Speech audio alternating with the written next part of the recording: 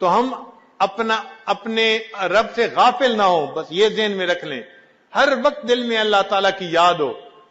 ہمارے مشائخ اتنا اللہ کو یاد کرتے تھے کہ وہ گھنٹوں مراقبے میں بیٹھتے تھے۔ حضرت مولانا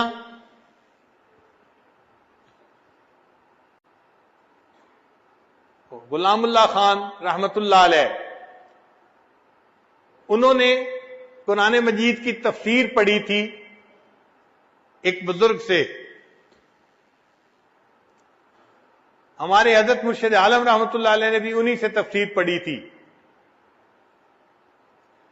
ان بزرگوں کو اللہ رب العزت نے نقشبندیہ سلسلہ میں بہت زیادہ جو ہے وہ ذکر کی توفیق عطا فرمائی تھی۔ ہمارے حضرت فرمایا کرتے تھے، وہ اتنا ذکر کرتے تھے کہ عشاء کے بعد مراقبہ کرواتے تھے جس کی اختتامی دعا نہیں ہوتی تھی۔ ہم بڑے حیران ہوئے کہ عشاء کے بعد مراقبہ کرواتے تھے اور اس کی اختتامی دعا نہیں ہوتی تھی۔ تو حضرت نے فرمایا، ہاں، حضرت نے سب مریدین میں اعلان کیا ہوا تھا کہ بھائی جب مراقبہ میں شروع کروں گا آپ مراقبے میں شریک ہو جائیں، پھر جو تھک جائے وہ اٹھ کے چلا جائے۔ ایک جاتا تھا، دوسرا جاتا، تیسرا جاتا، لوگ اٹھ کے جاتے تھے، تہجد کا وقت ہو جاتا، حضرت جب سر اٹھاتے تھے تو سب لوگ جا چکے ہوتے تھے، حضرت اٹھ کے تہجد کی نیت مان لیتے تھے۔ ان کے مراقبے میں اختتامی دعا ہی نہیں ہوا کرتی تھی، اتنا لمبا مراقبہ کیا کرتے تھے، گھنٹوں اللہ کی یاد میں بیٹھا کرتے تھے۔ سید احمد بدوی رحمت اللہ علیہ مصر میں ایک بزرگ ہوئے ہیں، ان کے بارے میں آتے ہیں کہ وہ کئی دن کا مراقبہ کرتے تھے، یعنی 40 دن مراقبے میں بیٹھتے تھے۔ کیا مراد؟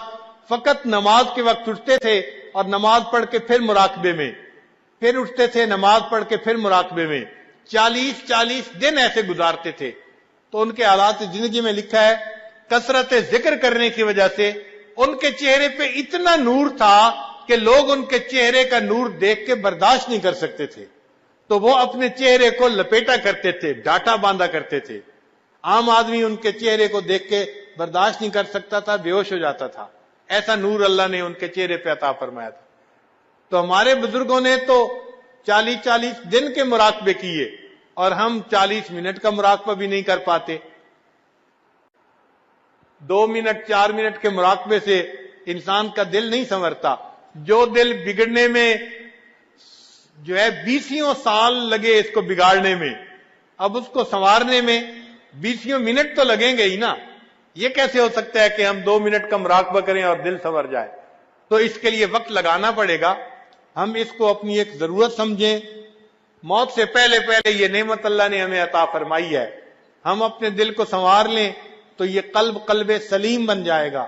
اور اللہ تعالیٰ فرماتے ہیں کہ یوم لا ینفع مال ولا بنون الا من اتى اللہ بقلب سلیم، قیامت کے دن نہ مال کام آئے گا، نہ اولاد کام آئے گی، بیٹے کام آئیں گے، ہاں جو سنورا ہوا دل لایا وہ دل سے کام آئے گا۔